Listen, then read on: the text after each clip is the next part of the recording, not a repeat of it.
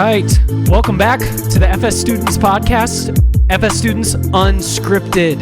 This is our first show of 2026, and I'm joined by two incredible individuals here. Let's start right here on my right.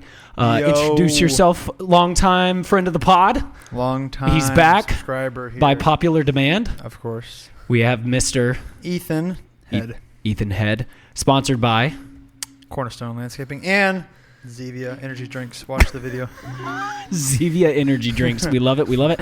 And first time on the pod, we have William Ingham. William Ingham. Yeah. Now, Will, why are you on the pod today? I won a spot on the podcast Woo!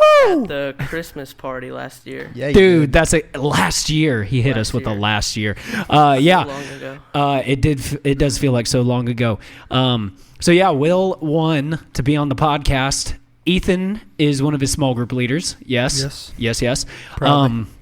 And we wanted to come back on because it is a special week. It's post Super Bowl week. Super Bowl. So we got a lot of sports to talk about. Oh, yeah. We have some questions to talk about that you've sent in, which, by the way, you can find a link in the description to send your questions in. We try to answer them every single time they get sent in. We'll be able to get to a couple of them today. But in general, just Will, man, tell us a little bit about yourself. All right. I'm 14. I'm a freshman at Cuthbertson, and I come to Five Stones almost every week. That's right. I try to. Yeah. I play golf. That's fun. Ooh. Okay, give us your stats. Yeah. I'm like a 15 handicap, working on 10, getting Work- better at it. Working on Yeah, 15, it's like working in the on middle. 10. I love that. Gotcha. No But- idea what that means. Yeah, Sounds explain good. for people like Ethan that don't know what the is handicap. Yeah, It's not like, Johnny at you know how like over par, under par works, right? Yeah. So if you have like a 10 handicap, that means you usually shoot 10 over par. It's not like you always shoot over par, Yeah. but there's like course rating that goes into it. So if you shoot +5 on a harder course, that's different than +5 on an easy course. Yeah, that makes sense. And then if you have a plus handicap, that means you're under par.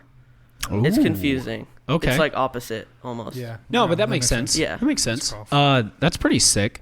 So you're a 15-ish. So what does that 15-ish. what does that typically mean? Like you shoot in the 80s, Like in the low 80s, low 90s, high Okay. 80s, low 80s. There you go.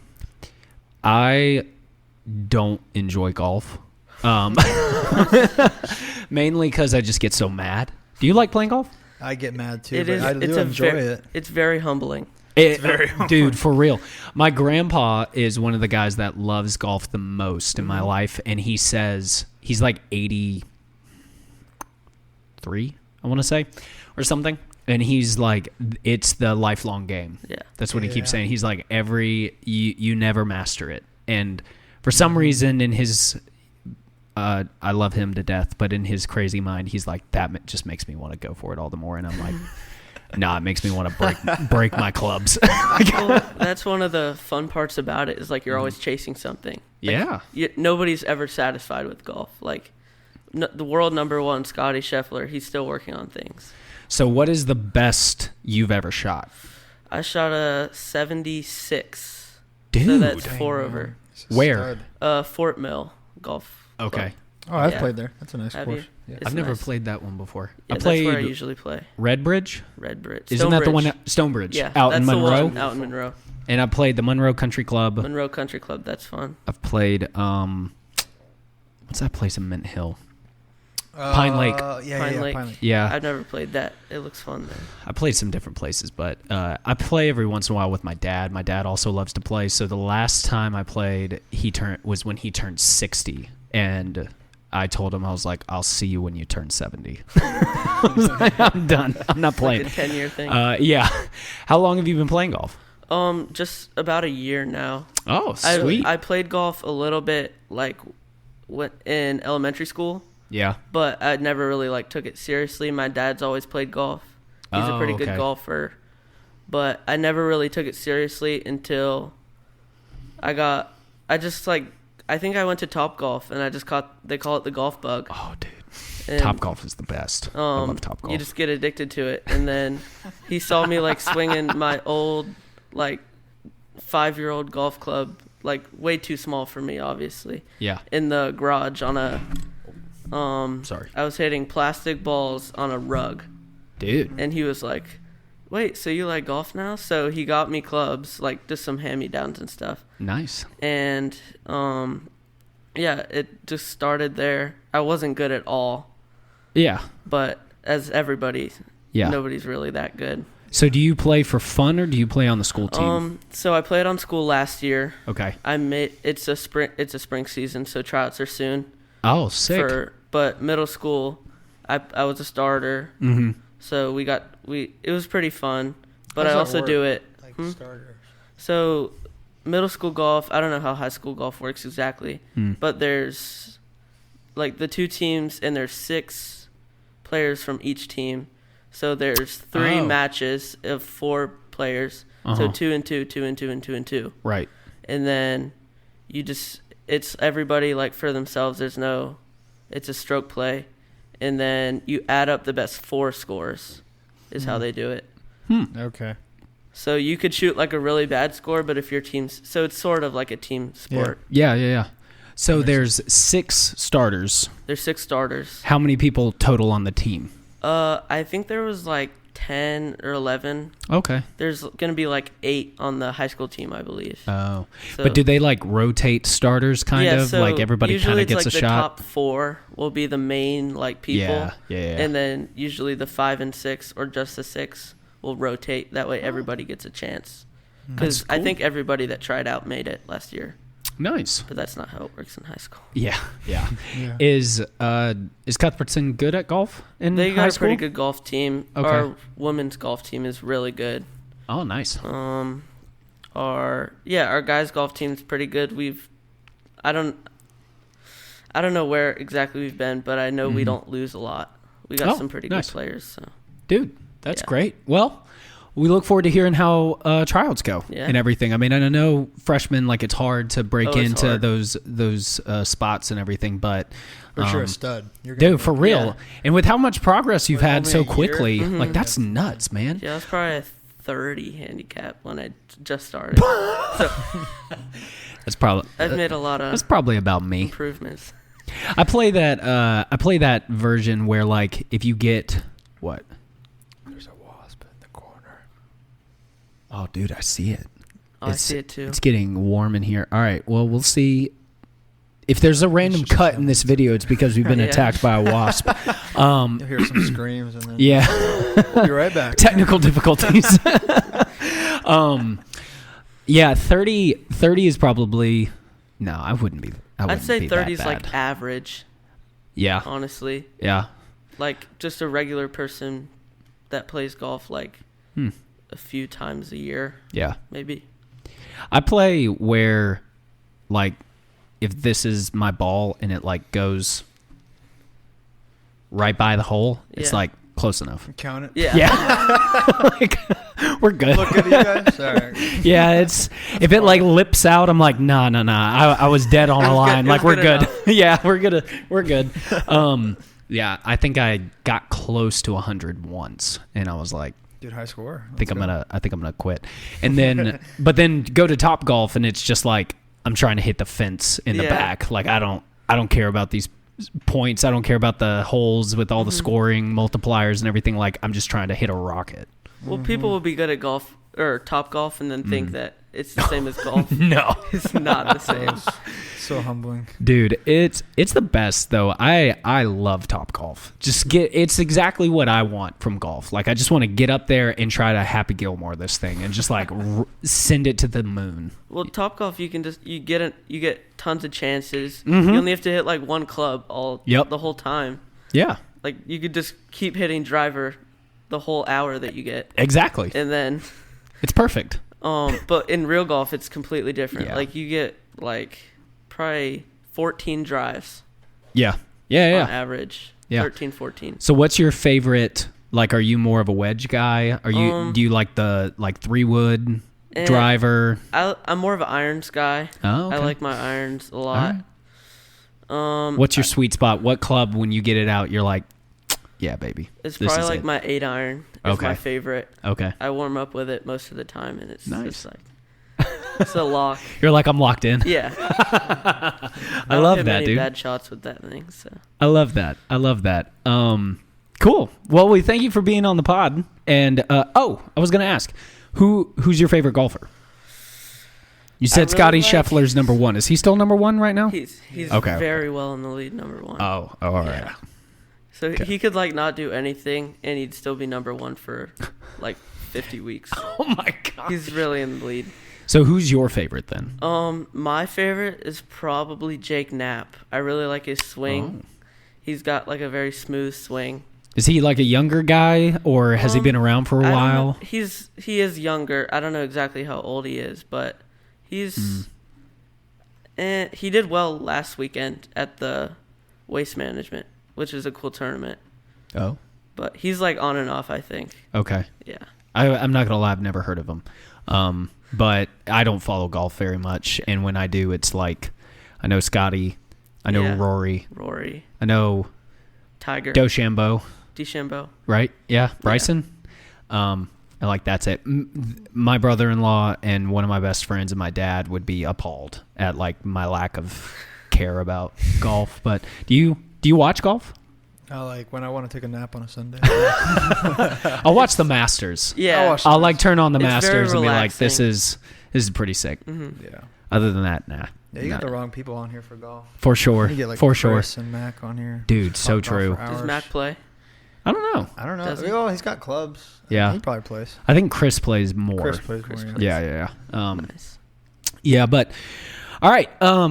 So we're going to talk about some other stuff, but is there anything right off rip you were wanting to bring up to talk about? I'd like to bring up what's on your shirt, the UNC Tar Heels. Let's go baby. Heels, Go baby. Heels. That was That's a what I'm great game on Friday. Great game. Or Saturday. That's right. Are you a Tar Heel fan? Sort of. Sort of? I don't really. If you live in North Carolina, you yeah. gotta pick a team. So Yeah. True.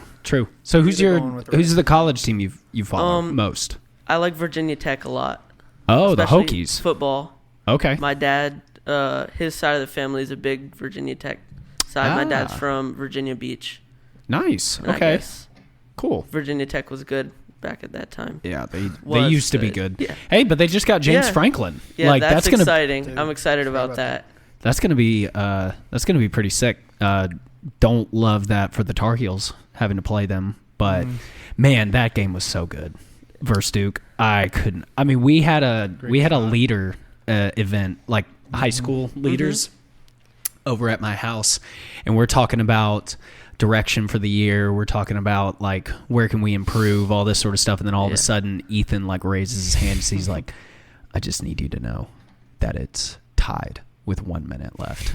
And everybody, turn it on. Like, we're like, meeting's over, turn on the game. And we watched it, and dude, that was so sick. That was amazing. I can't believe that they won and that Trimble just nailed that shot in the corner. Oh, It was Man, so it's unexpected too. I know. Like you didn't even see him, and then yeah. until like a second. Yeah. Dude, it was such a good pass. And then storming the court, like, it's so annoying. They had to get everybody off, and everybody's crying that's about annoying. storming the court. Like, people are trying to disband Well, that. it's not as well. I think it's fine. Yeah. It's not as cool when you do it the second time though. No, Yeah. it's not. Because, it's not. Like when you have to get off the court again. Yeah. Then it's no fun. Yeah. And I don't know. I get it. Like, you don't want people to get, like, trampled and everything and stuff. There's but like a security. But like risk. up some security. Like how much do those Duke Carolina tickets cost? Like just pay for some real. extra security to like Tuition. surround the Duke bench and like get them out. Like we're good. Didn't John Shire say his staff got like punched? Yeah. I want to see the I want to see the I tape. never saw. I wanna any see the videos. tape. I Yeah. think he did it to distract from Yeah. what his team did. Yeah. a total Because- collapse. If you look on ESPN, there's no articles about like the game-winning three. It's all about Duke coach gets Yeah. punched. So I think he was just distracting people, but Just crybaby. Man. Take a punch. No, I'm kidding. Yeah, dude. No, I do not advocate. Yeah. I hope nobody punched a coach. I really hope nobody punched a coach. And but cut. yeah, but but like last year, he made a big deal, and he's like, we gotta disband. Like we gotta if if somebody storms the court, it's like forfeit the game. I'm like, dude, go home. Just it's college sports. You beat a rival on a buzzer beater. Yeah. How am I supposed to stay in my seat? Like, I'm 32 years old almost, and I'd rush the court, like, for sure. Be down there with those frat boys, like, losing my mind. Oh, yeah. It would be amazing. Yeah.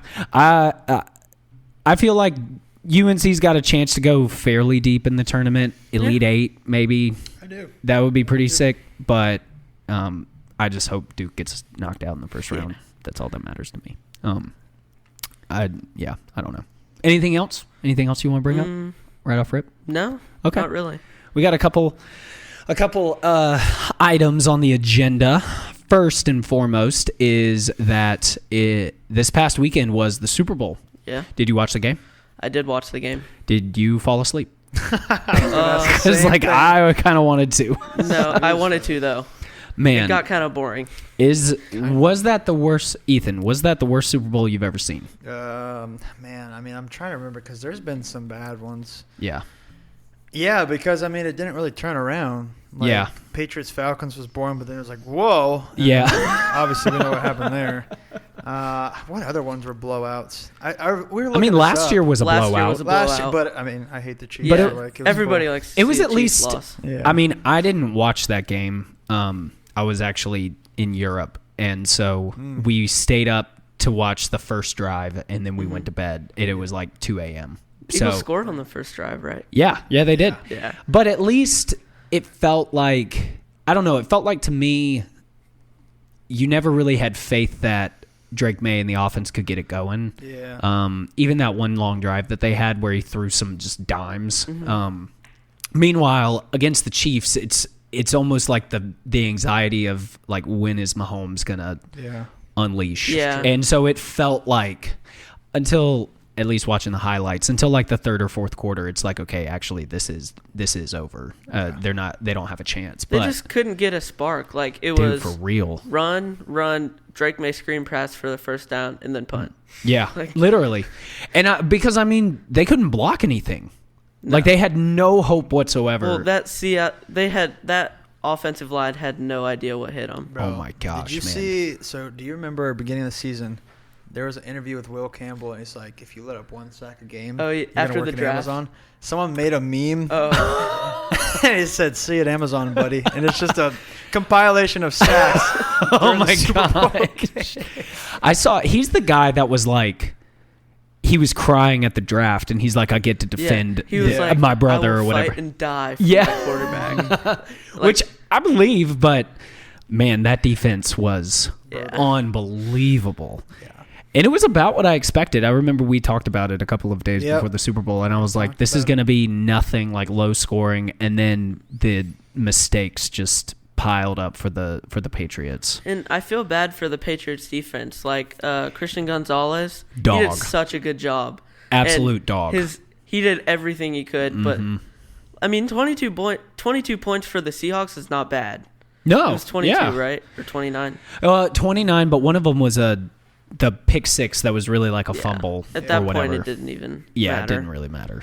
But yeah, 22 points. I mean, Kenneth Walker was playing like a man possessed, and Sam Darnold played fine. Yeah, I'm happy for Sam. Yeah, I am happy for Sam. He was on the Panthers. He was for a year. I don't know if that makes the Panthers look worse or better. So Worse. Worse. Because there was a point where it was, who were the three quarterbacks? Everybody keeps bringing it up. It was Mayfield, Darnold at the same time. Yeah. With somebody else, but I can't remember who the other one was. Was it the Red Rifle? Is he still there? Dalton's still here. Yeah. Who am I forgetting? It wasn't Teddy Bridgewater, was it? I mean, I can't remember. The only ones who have had good success is Mayfield and Darnold, like outside of our organization. I'm looking it up. Okay. With Mayfield and Darnold. I feel like if you're a quarterback, going to Charlotte is like not a good sign, but it's a good sign because you're not going to do good at Charlotte, but you're probably going to go to another team and then do good.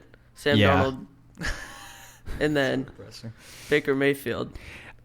Sorry, I was wrong. The other quarterback was PJ Walker. Oh yeah, really successful guy. Yeah, dude, he had that one game against the Falcons where he looked like a maniac. Yeah. I remember that. Yeah, it just looks bad for the Panthers. I mean, but they came at the worst possible time for our franchise. Like, it was complete dumpster fire. I mean, that was the Frank Reich years.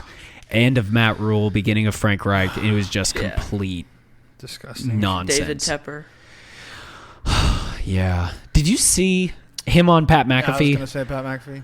Dude. Explaining why he threw the drink. Why you threw the drink? And I'm like, man, just like take it on the chin. Like, McAfee's giving you a hard time. Don't try to justify that. Like, nobody is okay that you threw a drink on somebody. I don't care what they were saying to you. I don't care what expletive they shouted out. Like, you have to be the adult. You're the owner of an NFL franchise. That dude like works at Foot Locker or something and has saved up for these seats. And so I don't know. Tepper, dude. But speaking of the Panthers, I went back because Will, do you listen to the pod regularly? Somewhat, yeah. Somewhat? Okay. Did you listen to the episode that Ethan and Colby were on? Shout out to Colby. Where we did a no, he is alive. Where we did our NFL predictions for the year. No. Okay. Well, that's perfect because I went back and I listened, and I got at least Ethan and I. We also had Colby and Caleb, which shout out to Colby and Caleb, R.I.P. And I got our Panthers predictions, some random comments about the NFL, as well as our Super Bowl predictions. Do you want to guess how right we were? Do you have a thought of how right we were? Dude, I remember my Super Bowl was like completely wrong. Yeah, it was pretty wrong. I'm not going to lie, it was pretty wrong. Embarrassing. Which mine was too. Yeah, I have a new one today. I mean, I don't think anyone saw the Seahawks coming. I just No. to say that. No, They Seahawks had a or good Patriots. team. No. Yeah. Well, Patriots were what, 4-13? Yeah. 2 years in a row. That's crazy. They're the first team to lose 13 games and then win 13 or more games the next season. Like, that's crazy. It's unbelievable. Okay, here was our predictions. Should I start with the Super Bowl or the Panthers? Panthers? Okay.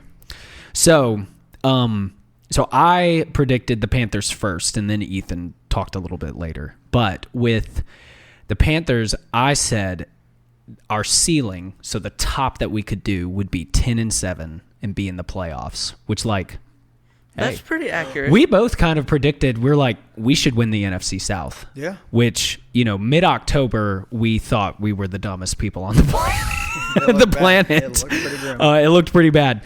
But I said we would be 10-7 and in the playoffs, maybe. And if things go kind of bad, like the lowest we should be is 6 wins, which we wound up right around there. Yeah. Ethan predicted, prophet over here, 9-8 winning the NFC South. Yeah, baby. You were off by 1, dude. I know ball. However, one of the comments that you made. Don't mention the other comments.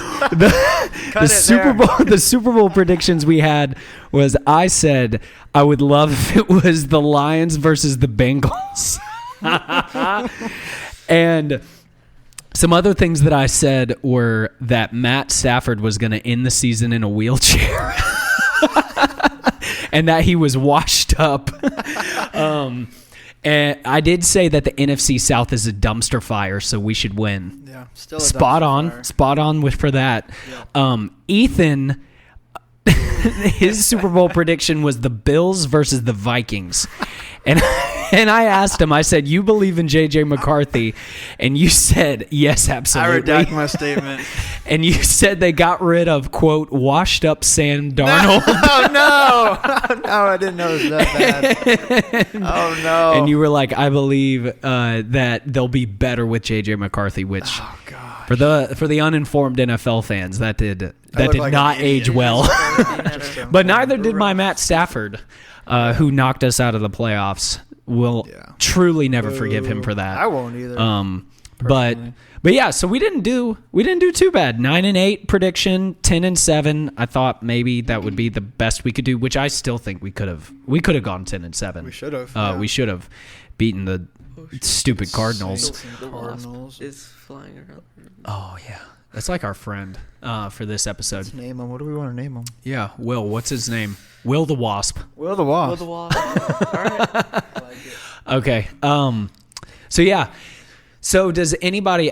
Ethan said in the text when we were kind of getting all together that he had some early predictions for next year. Have you thought at all about NFL for next year? Would you say the Panthers are your number one team, by the way? Like number one NFL team? Or do you have somebody else? I like the Bills. The My Bills? mom's from upstate New York. Oh, nice. So How I do you- promise I'm not a bandwagon. No, you're good. How do you feel about Sean McDermott being fired? I don't like it. I I don't think either. what change needed to happen, but Yeah. that was not the right change. Yeah. I don't fully I have somewhat confidence in Joe Brady, but there was still like such a vibe in that locker room, Dude. with McDermott. I love McDermott. It's just I don't know. I mean, I know Josh liked McDermott. Yeah. And at this point, anything that pleases Josh goes.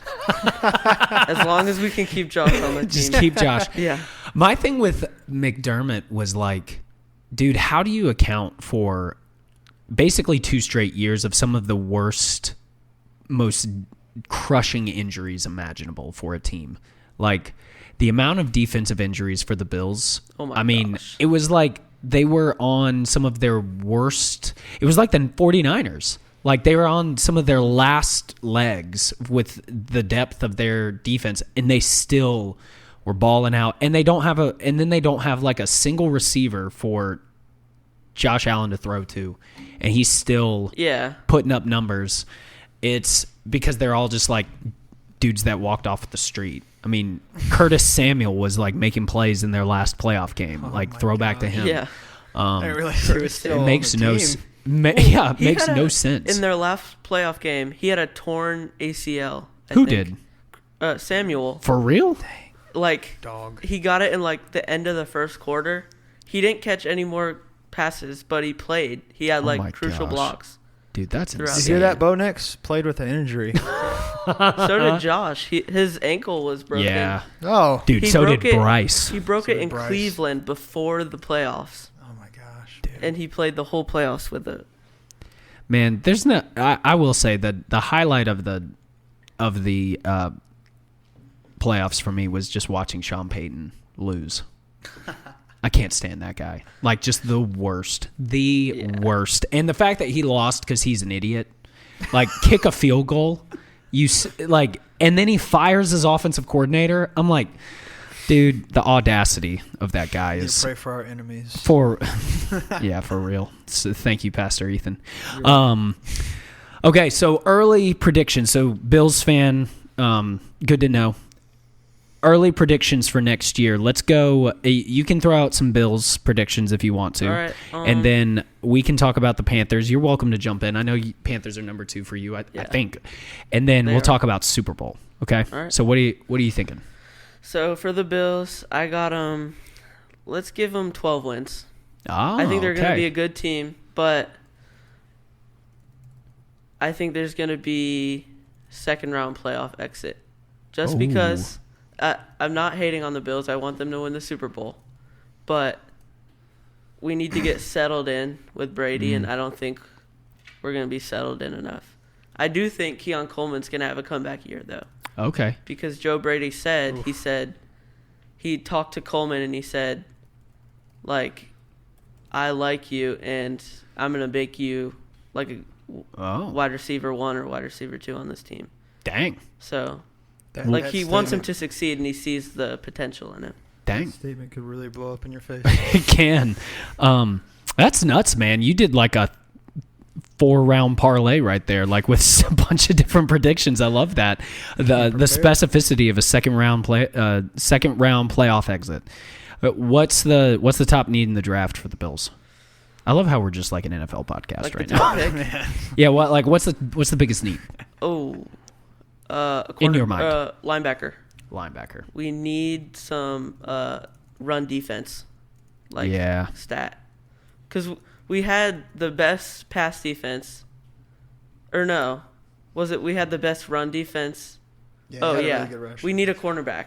We had one of the best run defenses, but the worst pass defenses. It's like we had one slider all the way up, and the other slider was just gone. Interesting. All right. I like that.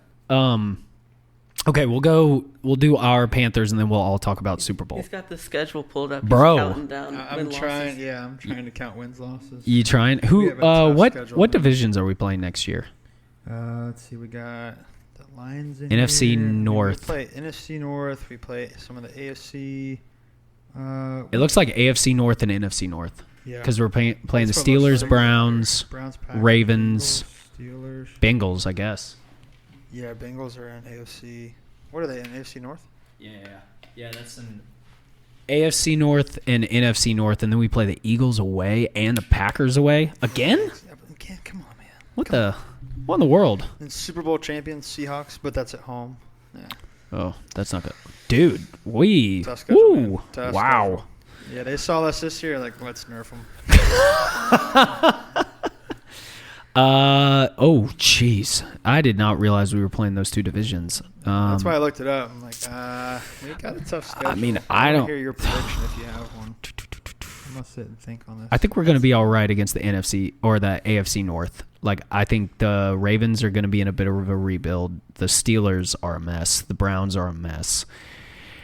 I don't think the Vikings are going to be any good. No. Packers are kind of weird. They should be so good, and they just underperform Well, constantly. they were like 10-1, of course, because Yeah. they tied the Cowboys. For some Yes, reason. yes. I don't even understand why they tie. Like, It's a horrible rule. Horrible. because then their record just like messed up the whole I hate it. season. It just like looks weird. Yeah, it looks like a soccer league. Yeah. And I'm like, no, we don't do draws. We just play till you win, or do a kicking competition. Like line up the kickers at the Like 15, penalty kicks. 20, 25, 30. Whoever misses first loses. Yeah, penalty kick style. That would be good because there'd be more competition to have a good kicker. Yeah, I'd be down. Because NFL teams just like completely disregard kickers now, especially the Bills. Yeah. All right, you got your pick. I think so, man. I'm looking Okay. at it. I feel like, I mean, I don't want to be basic, but I feel like my prediction last year worked for this year, like 9-8. Okay. I mean, we could definitely win NFC South, and then I don't know how far we go in playoffs, man. It would just depend on how Who we're people are playing. looking. Yeah, I mean, I would hope we have a winning record. That's my hope. So I'd say 9-8 as well. I think. I don't know. I hope that's good enough to win the NFC South, but the Saints looked the way so I look good. at it, like The we would Saints? probably split with the Falcons because they're kind of on the come up. The Saints, I think we could wreck them this time, and then the Bucks, I feel like we either split or we beat them out twice. Okay. Dude, I feel like the Falcons are a mess. I mean, they hired the Browns coach, Stefanski. That's Not a good decision. they did get Matt Ryan as like their head of Yeah, football. they did. operations. They did. You're exactly right. So I don't know. I don't think they're going to be I don't think the Falcons will be that good. I think the Bucks will be good again, decent, but they're just getting old. Yeah. So I think they'll probably be third, and then I really feel like it might be between us and the Saints for number It's one. got to be really frustrating to be a Falcons fan dude. because they're so on and off. Like they lost Yeah. like 0-30 to the Panthers, Panthers, right? yes. And then they went on to beat the Bills. Yeah. And we get obliterated by the Bills, Yeah, like you're right. destroyed. What? Makes no sense. Yeah, I think we're gonna come in second in the NFC South, and it's either gonna be to the Bucks or Saints. I feel like we You think the missed. Saints are going to turn it around? Dude, they were the best team in the NFC South to end the year. No, I am talking on my mouth right now. Shuck. Yeah, Shuck was actually doing He good. was kind of losing his mind. Everyone hated on him in the draft because they he had took that him- horrible pass. Oh, yeah, that one where the really guy's bad running that right way and he pass. throws it like, Yeah. dude, yeah, it looks so bad. Yeah. No, I agree with that. But I hope we see some legitimate improvement. I hope we see some consistency. And then, oh man, What do we need in the draft? yeah, what do we Edge or linebacker for sure. dude? If we keep Roseboom, edge. If we lose Roseboom, linebacker. Okay. For me, like, I think so much of what we missed this year, it was edge, but I feel good about Prince. I don't know how to say his last name. And Scorton is a beast, absolute beast. Then so one of those two, and then O-line. Like Yeah. Yeah, because Icky. I don't know how long he's gonna be out. Probably almost a whole year, man. Hate that. If I had to guess, yeah. There's a guy coming out of Auburn. I just looked up his name. I forgot it, but Keldrick Falk, dude. It was a beast edge rusher for us. Okay. He's like supposed to go like top 10, so we'd have to trade up or do something. It's weird because we have like such a high draft pick now. Yeah, we're gonna be like playoffs. 19 or something. We haven't been out of the top 10 having in like a big deal draft pick for sure. Yeah, I know, right? Dude, it's like an odd feeling now. Hey man, I kind of believe in Dan Morgan. I was a Tet hater to start off, Tetaroa. Now I'm Tet lover. Dude, I was wrong. I'll be the first to admit it. I thought I was just completely wrong on that one. But Best now, bro. Rookie of the year. Dude, for real. Rookie of the year, my guy. All right, Super Bowl predictions. Then we'll get to some questions. Will, go. All right. I think the 49ers have a really good shot at making the Super Bowl. They had a really good team, even with a really hurt schedule, like you mentioned. So I think if they can stay somewhat healthier this season, they can at least make the NFC Championship. Okay. So 49ers versus who? I don't think the Patriots are going to make it. Yeah, no. They got such a, I don't think, well, do they have the easy schedule? Again this year? Patriots? They had a super easy schedule. They probably won't, honestly. Probably not. Because they went to They the Super actually Bowl. went well. Let me see. Who else is good? They're playing the NFC or the AFC West. So they're playing the Chiefs, Chargers. Chiefs, Chargers, Broncos, Raiders. And then the NFC, they're playing the NFC North, just like us. The Packers, Vikings, Bears, and Lions. I don't think the Chiefs can make it. No. I don't think there's enough momentum right now. I'll give it to the Broncos. I think they've got a really good Broncos. I think if Bo Nix didn't get hurt, they would have won. They'd been in. Yeah, that I think so too. Patriots game. I think so too. Yeah, I think early predictions, like I think a lot of things kind of fell apart for the Lions this year, and I just keep picking them, but I really want to see him. I really want to see Dan Campbell in a Super Bowl. Like, he's a wild man. He deserves it. Yeah, I don't know if it'll happen, but I think them or I know I made the joke about Stafford last year at the start of the season. I really feel like he has to fall off at some point, and I think he's already said he's coming back, and he had a lot of issues health-wise this year and last offseason and stuff. I don't think it's going to be the Rams. He just won MVP. Yeah, I would love the 49ers, but I don't know. They just get so injured. And I'm not sure I entirely trust Kyle Shanahan in clutch moments. I don't think the Eagles are going to be back. They seem to be like falling apart, coming apart at the seams. So I'm going to say Lions versus... Is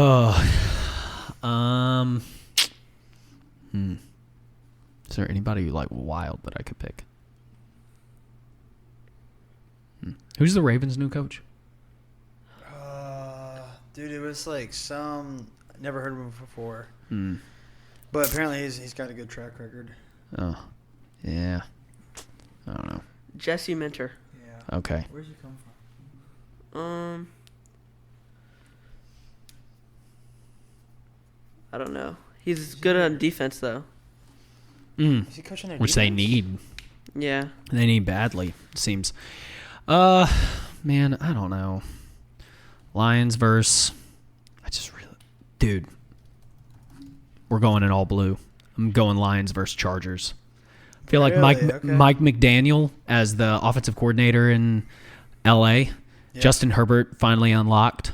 Omari and Hampton running like crazy. Their defense is pretty good, especially if they can keep Khalil Mack. I'm writing these down so that in a year we can look. Maybe laugh at I'll probably be laughing my head off at these ridiculous predictions, but I'll go with what I want to see, like I did this year. Lions versus Chargers. What about you? Okay. I'm feeling like the Rams make it back. It's just Stafford's year. Okay. Make the Super Bowl run. He retires. It's just over. I mean, they play at SoFi. NFL scriptwriters couldn't have done it better. I mean, come on, guys. We all know it's rigged. Stafford's getting back there. He's getting his another trophy and then retiring. So Rams from the NFC, and then Duval Jaguars. Oh, gets them in. Dude. Okay. They're gonna blow up. So Rams Jags. All right. That's my bold pick. We'll see if it blows up. Okay. What are the odds that it's the Panthers? Dude, I checked DraftKings. It's like plus 10,000 or something. Oh my I put like gosh. $2. That's And it crazy. was like you can get $200 from that. All right. Okay. Oh my gosh. Yeah, they don't Okay. believe in us. Man, that's I don't think we can either. To be No. quite honest. I don't think we can. I don't think we're there yet. Hopefully we will be, but not quite yet. Okay, so this has been 40 minutes of our Oh my NFL gosh. of our NFL insane. podcast. So we have let's do like 3 or 4 like 4 questions, and then we'll call it a day. But I really liked this song or this question. It's about songs because I found it really interesting. And so, Will, you've listened to the pod some before. It's unscripted because even though I kind of accumulate some of the questions, like I try not to think about it. The guests don't see it at all, so don't feel pressure to answer or anything like that. Yeah. But if something comes to your mind, speak your mind, man. Okay. So first question is, what worship songs would most define your past, present, and ideal future in your faith? So like 3 different songs, like for basically 3 different periods in your life and what you hope to be in the future. I That's know. a good question. That's when I read it, I was just like, submitted or was that you? no, that was submitted. Oh my gosh. Yeah. No, none of the questions we're doing today were written by me. Dang. I need to look at my playlist. That's what I was thinking. I'm like, dude, I'm gonna have to I don't pull know up if I can name enough songs. worship playlist. I'll go ahead and say I know for sure my past.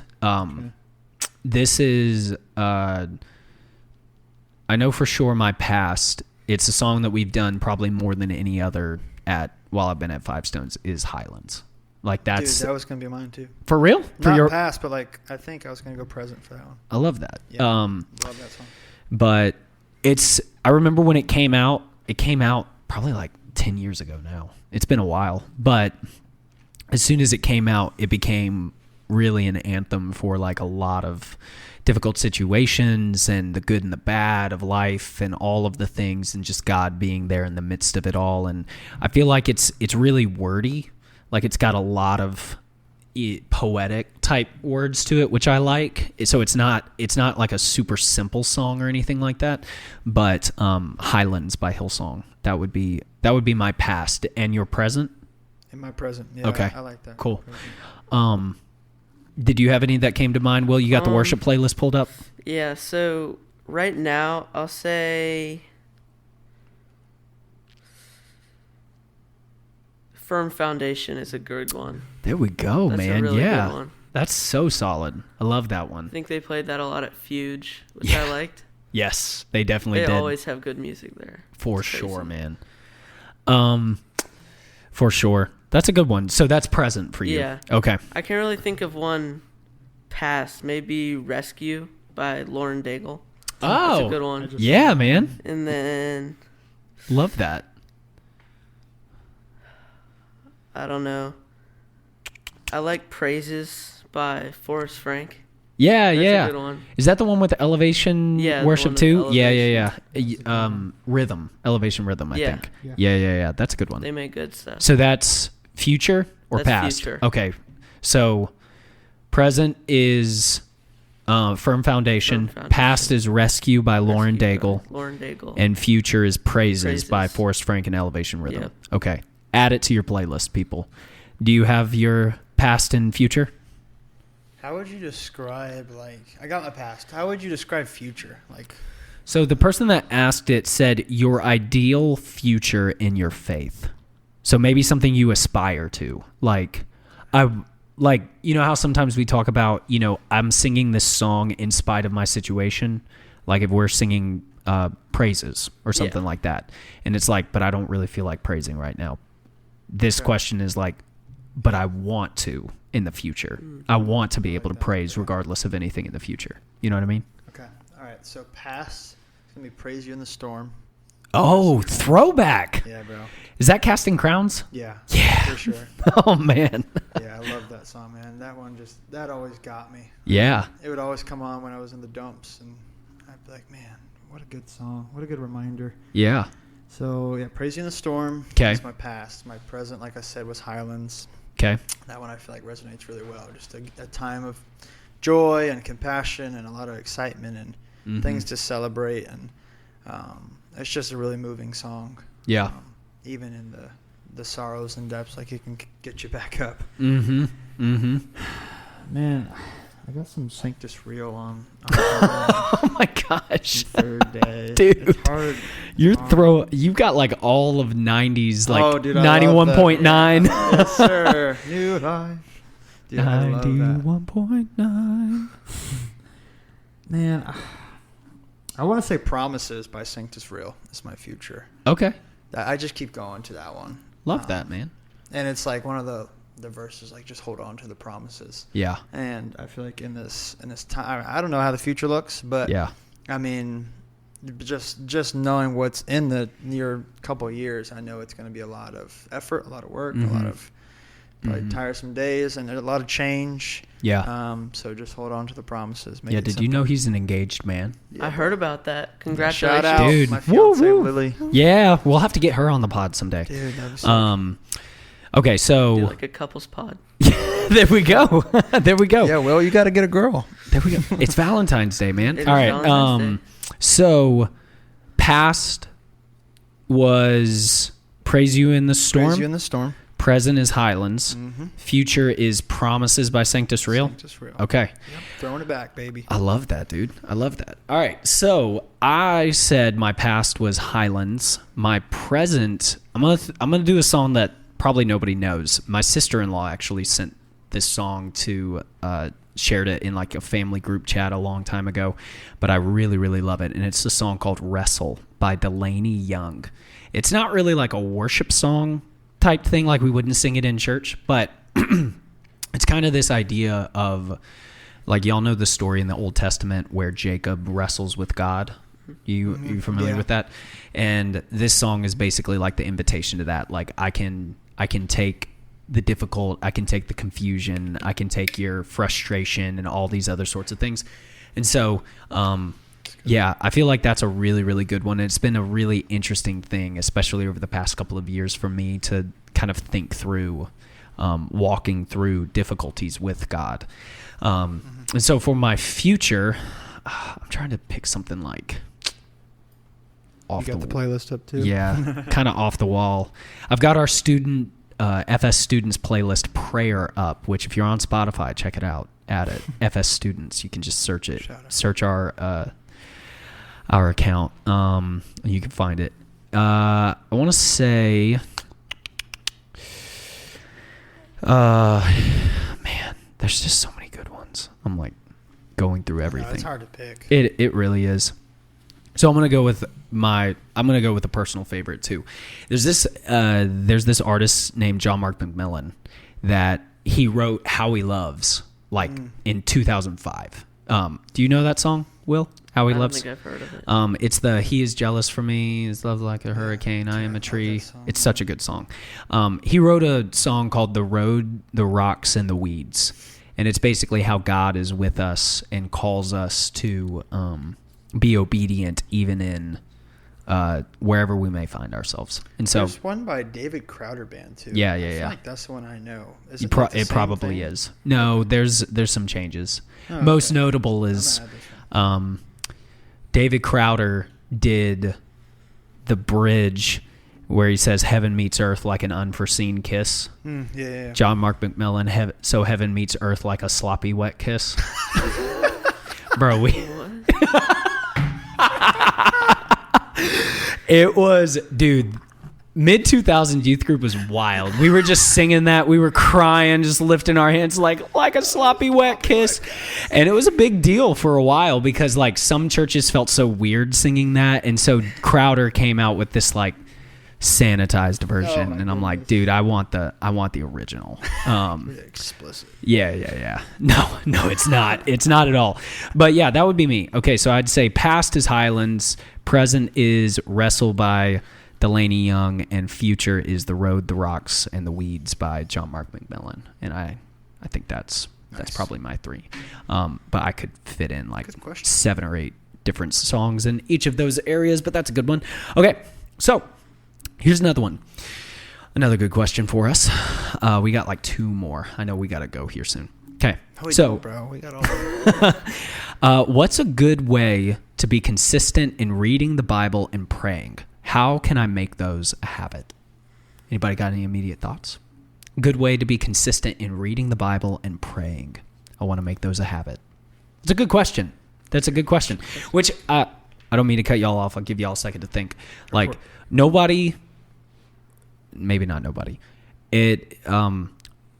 Very, very few people are perfect in this. No one is really perfect in this. There are days where I miss reading my Bible. I'd say there's definitely less days that I miss praying, just because you can do it at any point in any time, sitting in traffic, riding the bus, walking to class, whatever you want to do, driving to work.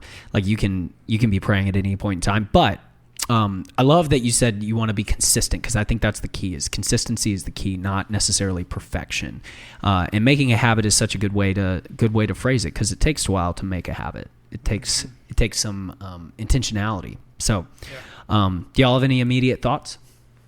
Probably just like adding it to your routine, especially like setting a certain time every day that you like make time for God. Yeah, especially I think that helps for sure.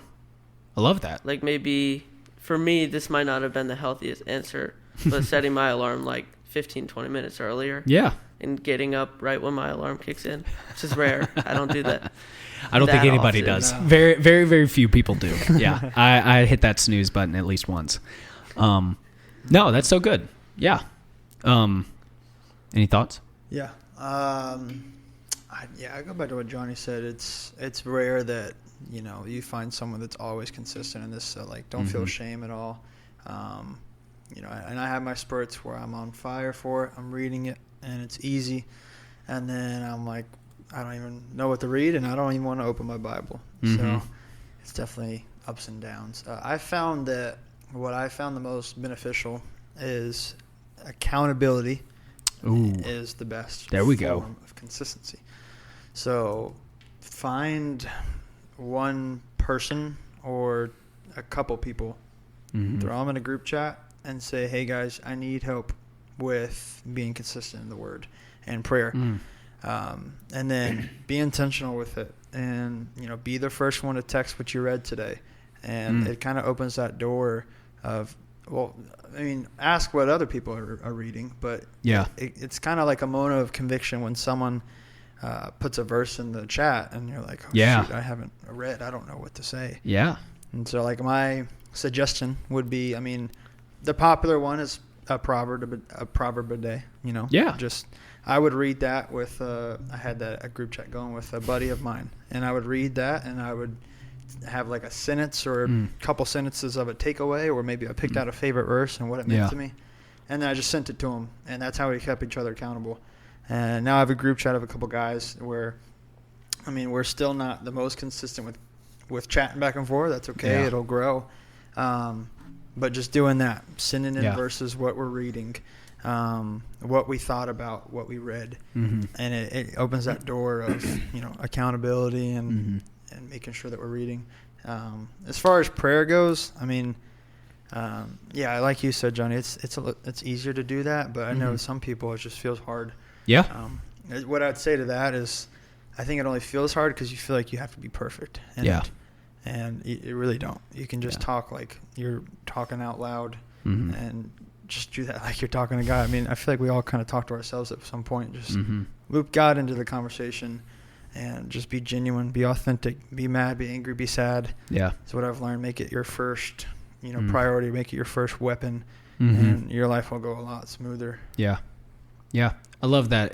I heard somebody say once, prayer is a first response, not a last resort. Yeah. And that's so good. I mean, I completely agree with what both of y'all said. I think, Will, your point on like setting and establishing a time, like this is my time to pray. This is my time to read, and just or whatever it might be. I think that's so key. I think, like you said, setting a alarm on your phone, but even just set like a reminder. Yeah. Like I have different reminders throughout the week of like, hey, do this, hey, do that. And one of them it involves prayer. One of it involves like reading scripture and different things like that. And so I think being as proactive as you can about it, the old saying is those who fail to plan to fail type thing. Like, you got to plan and make a plan. It's not always going to happen like organically. And then I read a really good book on prayer a couple of, was it last year or a few years ago? I can't remember. And he basically just talked about like consistent prayers are just like quick prayers. Just say what you need to say and do it kind of what you're saying. Do it as honestly as possible. God, I'm walking into this class. I can't stand this teacher. Please help me to be respectful. Yeah. Boom. God, I have a test coming up and it's freaking me out. Please help me to calm my anxiety. Move forward. God, I have a difficult meeting coming up. I want to do well. I want to present well, whatever the case may be. Just lift it up to him. And in that moment, and it's not something that, like we've been saying, it's not something that's going to come naturally. It's not something that's necessarily going to become the most easy, but as you do it, you really practice it and you really make it a routine, make it a habit, and it becomes more and more. And as far as reading the Bible goes, like I think having a Bible reading plan is always helpful. Yeah. Like whether that's reading through the New Testament in a year or in 6 months, or reading through the entire Bible, or doing like this year I'm doing something where it's a psalm every day, a passage from the New Testament, and a passage from the Old Testament, and some other random passage. And so it's like 3 or 4 passages a day, and it's been awesome. I've really enjoyed it. I haven't been perfect with it. There's been some days we've missed because we're traveling or we get home really, really late. We've been with people, doing things, whatever it might be.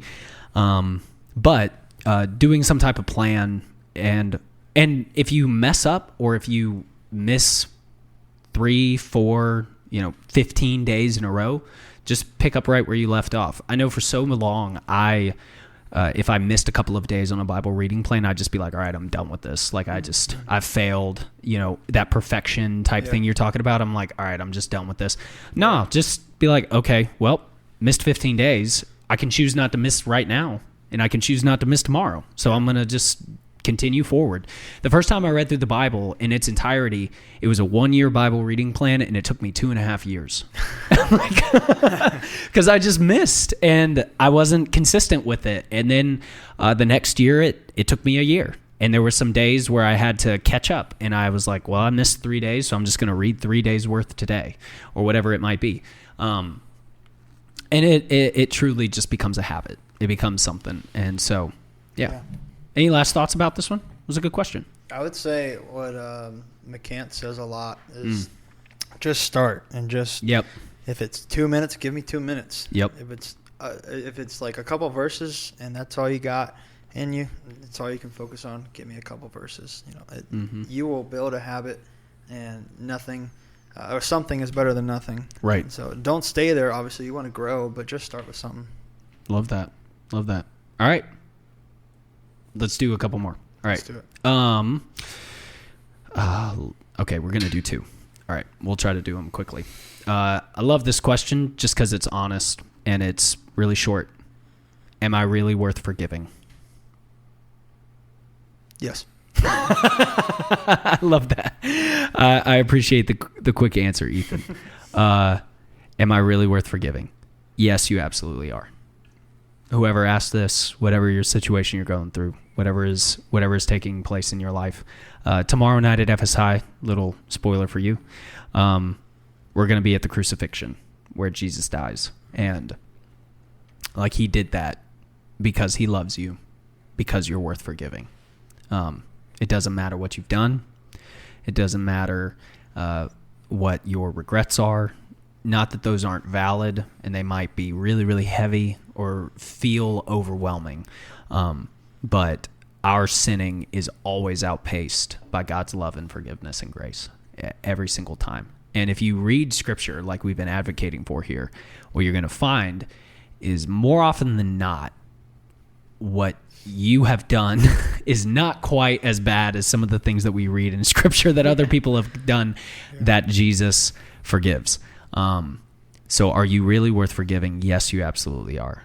Jesus says that you are his, that you were created with a purpose and with a destiny, that he loved you even before you ever even acknowledged him. Romans 5, one of my favorite passages about this, is just like, while we were still sinners, while we were God's enemy at the right time, Christ died for the ungodly. And so, yes, you are absolutely worth forgiving. Yeah. Yeah. Yeah. And the way I think about that is when I struggle to accept forgiveness and accept grace, is I'm saying, is God really capable of handling this sin? And like when you think about it like that, you're almost just slapping God in the face. Yeah. Like, you can bear the whole weight of the world, and he did when on the cross. The whole world went dark because he was bearing all the weight of the world's sin in one moment. And so if he's able to do that, die on the cross, suffer for you, rise again 3 days later, he's able to forgive your sins, no matter where you are. So yeah, I mean, whoever wrote this, praying for you, and I hope that you're able to realize the truth in all this and realize the enemy's tactics here. Yeah, absolutely. And anything? A good example of this is there's like some organization that goes to prisons and they like spread the word and stuff. And there's prisoners like that have like life in prison for horrible things. Yeah. Still might not be as bad as some of the things in the Bible. But, might not be. But like it just shows you that nothing you could ever do could like astray you far enough away from Christ. Yeah. Like there's always like a path. Yeah. I love that because the reality is that we have a difficult time comprehending, and I love that you brought that up, is that our sin has kept us as far from Jesus as those prisoners. And his grace brings us just as close as they have the capacity, and this person has the capacity of being. Like, the old pastor saying is like, the ground is level at the foot of the cross. There's nobody that's like further back or way, way closer because I didn't do X, Y, Z, whatever. And so, but yeah, it helps us to think about whether it be people that have done horrible crimes or people that have completely, wrecked their lives in many ways, or Bible stories of people that were truly insane, like certifiably insane in the Bible. And God loved them, God cared for them, God forgave them. Like, it's unbelievable. And so, but I love what Ethan said, like, what is stronger, your sin or God's forgiveness? It is his forgiveness that is stronger for every single individual on this planet if we turn to him. Romans 10, confess your sins and believe in your heart that that Jesus died and God raised him from the dead and you will be saved. And in 1 John 1, it says, confess your sins and he will make you right. And the Psalms, it says, as far as the east is from the west, so far he has removed the sins of those who love him. And like, man, he is able. Turn to him, release those that sin, that shame. It might take some accountability. It might take some, processing and working through whatever, but he is able to forgive you. Yes, absolutely. Amen. Yes and amen. Nice. Okay, last question. We ready? Ready For the last one? Okay. I feel like this question is just for me, but we'll see how it goes. What is the best book, other than the Bible, of course, that you have ever read? Do you like to read, Will? No. No? I don't really like Do you reading. like to read? I'm not a big reader. Not a big reader? Well, what I'll would try you to think, though. Okay. Any immediate, like some of your favorite books? I mean, the only really things that I've truly read is just stuff that my English teacher makes us read. Nice. I'd like to put that out there. Okay. I really like The Giver. Oh, yeah. That's a good one. It's like dystopia, Yeah. utopia type stuff. Yeah. That's a good one. Just some like movie books. Like most books that have turned into a movie are good. Yep. They should be good because take your pick. and there's always, especially if you watch the movie before, like there's always more in the book than there is in the movie. Oh, for sure. Like so much more, like deeper storylines, all that. Yep. Man, it's funny because the last book I finished was the one we read together, Johnny. God Has a Name. God John Has a Mark Name. Comer. Yeah, that's a good one. So I'll say that one was a really good one. Legitimately, it is a book that, even though I didn't like reading, I enjoyed when I got to it. It's always the hardest to start for me, like to actually pick it up and start reading it. Yeah. But once you do, you kind of do get into it. And it was fascinating listening to his theology and his teachings and his view on things. And then I haven't finished this one or really even started. But another one by John Mark Comer that you mention all the time is The Ruthless Elimination of Hurry. Yeah, baby. That was a book that was given to me. That's my one. That was going to be one that I was going to mention. Yeah. So, that's one that I need to read. Yeah. And, just to give it quick, you can give more probably, John. No, go ahead, man. Just to give it, quick, what is it? It's basically a book on attacking the hurry in our society. Yeah. And that we need to slow down and rest in God's presence. Yeah. So. It's for our spiritual souls. We gotta pump the brakes. Everything's really, really fast. I love that. Sweet. Man, are y'all ready for me to give you 15 books? Read more now. I absolutely love reading. I love reading. If you've never read The Hobbit or The Lord of the Rings, stop what you're doing. Start The Hobbit right now. Love that. Thinking of books that I had to read for school, like you will. To Kill a Mockingbird was one of my favorites. That's a good one. Loved that book. And I had to read as a senior in high school A Tale of Two Cities by Charles Dickens. It's a tough read, but it's really, really, really good. The Chronicles of Narnia is incredible.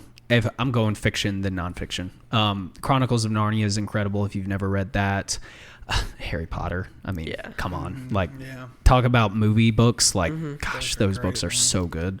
I am not ashamed to say it. I love it so much. Trying to think. I don't know. I've read a bunch of series and everything, but that's some of the best ones. Like The Hobbit. Yeah. A Tale of Two Cities. To Kill a Mockingbird. Harry Potter. Those are some of my absolute all-time favorites. I've read through Harry Potter several times. Nonfiction books. Ruthless Elimination of Hurry is one of my favorites. I'm reading it through for the second time right now. There's a book that I quote all the time in my sermons. It's called Gentle and Lowly by a guy named Dane Ortland. I've read that 2 or 3 times, and it is absolutely fantastic. I'm trying to think, what were some of the other ones? I just had a couple pulled up. It's not a Christian book, but especially for parents, there's an amazing book called The Anxious Generation that I think is one of the best books written over the past couple of years, and I'm not alone in that. That's a really, really powerful, incredibly powerful book, and horrifying of what we're doing to ourselves. It's a weird, non-Christian look at the ruthless elimination of hurry, basically. And then I don't read a lot of biographies, but I found one to be really, really cool. It's called A Burning in My Bones. It's about a pastor named Eugene Peterson. He's the guy who did the Message Bible translation and everything, or paraphrase of that is the Message. And I don't agree with everything that he does or that anybody that I'm reading necessarily says, but it was just such a cool book about a guy who lived his entire life in ministry and did it well. And so there you go. That's a lot of books. I don't know if this is what you were hoping for, you question asker. There are so many more. If you want to ask that question again and be specific about the genre, I'd be happy to tell you. I'd be happy to give you some more thoughts. I got some fiction ones that go. I was thinking of. Go. Because I read, like in school, we kind of had to read books and then report back on it. Yeah. I never did the typical ones, like, what'd you say, To Kill a Mockingbird? Yeah. Or like Moby Dick or anything like that. Like we didn't do anything. I never like read that one either. Oh, okay. Like I just heard that was really popular, like in like years before me. Yeah. But like I really love the Hunger Games series. Yeah. I read that all the way through. Yeah, I read those back in the day. Like before the movies too, and I was like, man, this is so cool. Percy Jackson series, read that. Oh, I never read those. Oh, I got into that, man. Nice. And then I started the Harry Potter series. Like I got to like probably book 3 or 4, and then I just went off of movies from there. Oh man, you left way too early. You read all the bad books, and then you stopped in the good ones. Like the first 2 are meh, and then they really take off 3 through 7. But anyways, yeah. Okay, so that's your Rex. Ones, okay, yeah. Cool. All right. Well, Will, thanks for being on the pod today, man. Thanks for inviting me. Any final thoughts? Any last word you want to give for your adoring fans? No, I don't think so. All right, cool. Well, this has been FS Students Unscripted. I'm Johnny, joined by Ethan and Will.